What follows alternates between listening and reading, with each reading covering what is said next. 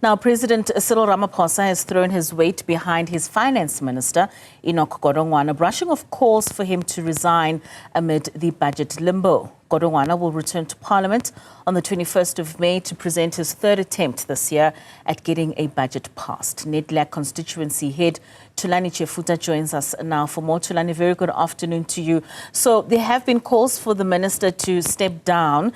He's come out and saying that he feels that it's unfair as this was not his wrongdoing. What's your stance as Nedlac? Thank you very much, and good afternoon to you and the viewers. The issue for us basically and really is that this is not one of those issues around which you can call for a minister to resign. There are sins that must be categorized as sins if committed against the people, must, without any level of patience, call for such resignations, even without people being pushed. What is at play here is that no one should ever be punished for expressing their views. No one should ever be punished because they are expressing a different view to the majority of us. We are saying this very mindful of the fact that we were amongst those who said right from day one, from budget 1, budget 2, and now as we get into budget 3, we were amongst those who vehemently objected to the increment in VAT. And so we see this as a victory for those of us who have been making this call, and it must happen appreciating as well the fact that there are windows through which a budget goes through. There is never a budget that is a budget that is owned by an individual. If we make that call, it is a call that must affect the whole of government, everyone and anyone who is in government, because it is the executive that presents a budget to the National Assembly as a collective. So do you see this matter as a leadership accountability policy disagreement or just simply a broader governance concern? For us, it is deep running beyond a policy issue. It goes beyond a governance. It is muddied by the politics that are involved in it.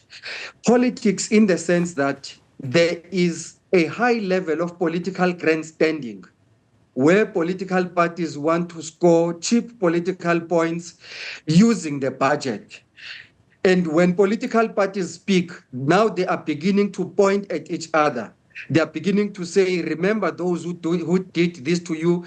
And in all of this, there is electioneering.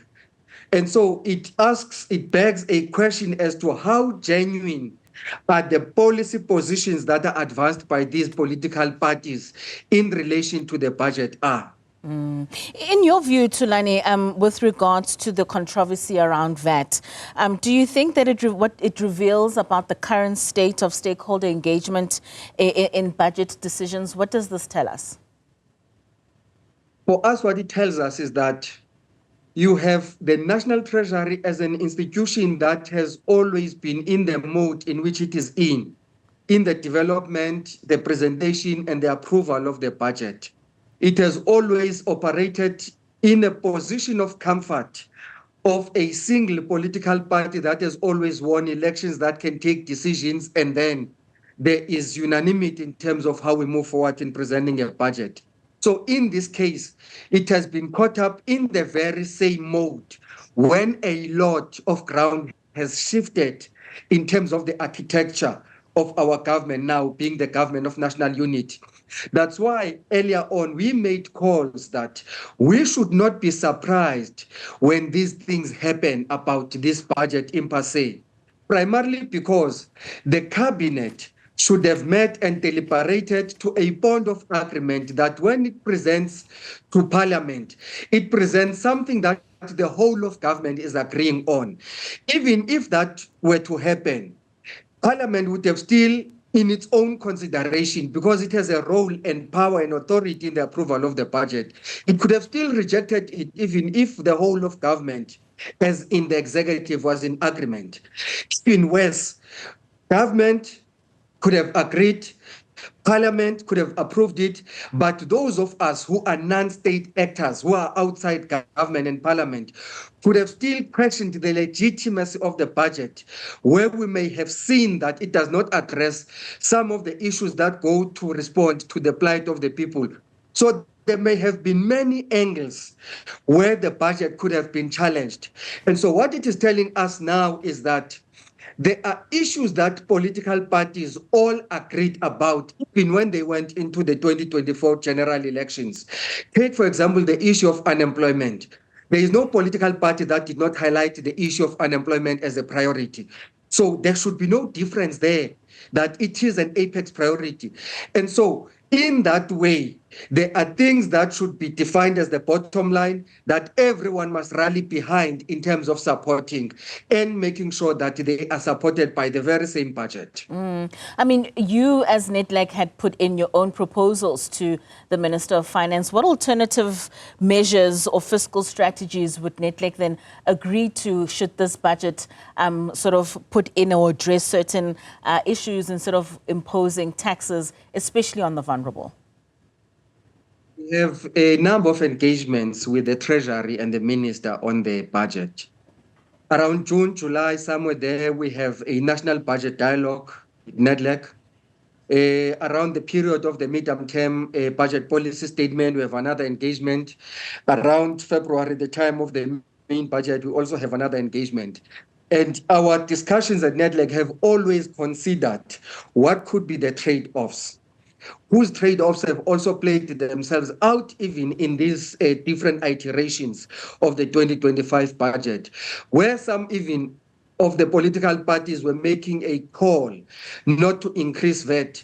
People may have been misled to believe that this is very revolutionary and progressive, when in actual fact, some of the parties were saying suspend VAT increment, but expunge some of the expenditure item, especially on social expenditure, which could have affected the people even in a worse off position. And so from our side, there are few things that we considered. We were of the view that VAT, as it is a well-known fact now, is a regressive tax in its nature. And we were of the view that this is the time where we definitely do not need austerity in any way. We were of the view as well that which suggestions we have presented to the National Treasury during the engagements we've had at Nedlac, that there are windows of wastages that if closed, they may immediately avail some resources, including levels of corruption that we are witnessing. And we also suggested that we have to come to a point where we agree on apex priorities that must be prioritized by the budget, which priorities were already articulated by the president in the State of the Nation address. And so we had to come in and reprioritize and repurpose some of the resources in order to follow the lead of the apex priorities that were articulated by the president. And we also believe truly that if certain levels of operational efficiencies could have been improved, those will actually amass a certain level of other resources. And we're also of the view that the proposition that was made by the National Treasury, not National Treasury, by SARS, that it be given more resources so that it can collect even more resources, is a window that we needed to exploit to the latter. And we also believe that, as one of the suggestions that we submitted, and we actually did a simple computation on this matter, that if we were to introduce a wealth tax at the same 0.5% just for that bracket of the most wealthiest of South Africans, we could have even achieved the same as what we wanted to achieve with the 0.5% targeting everyone else.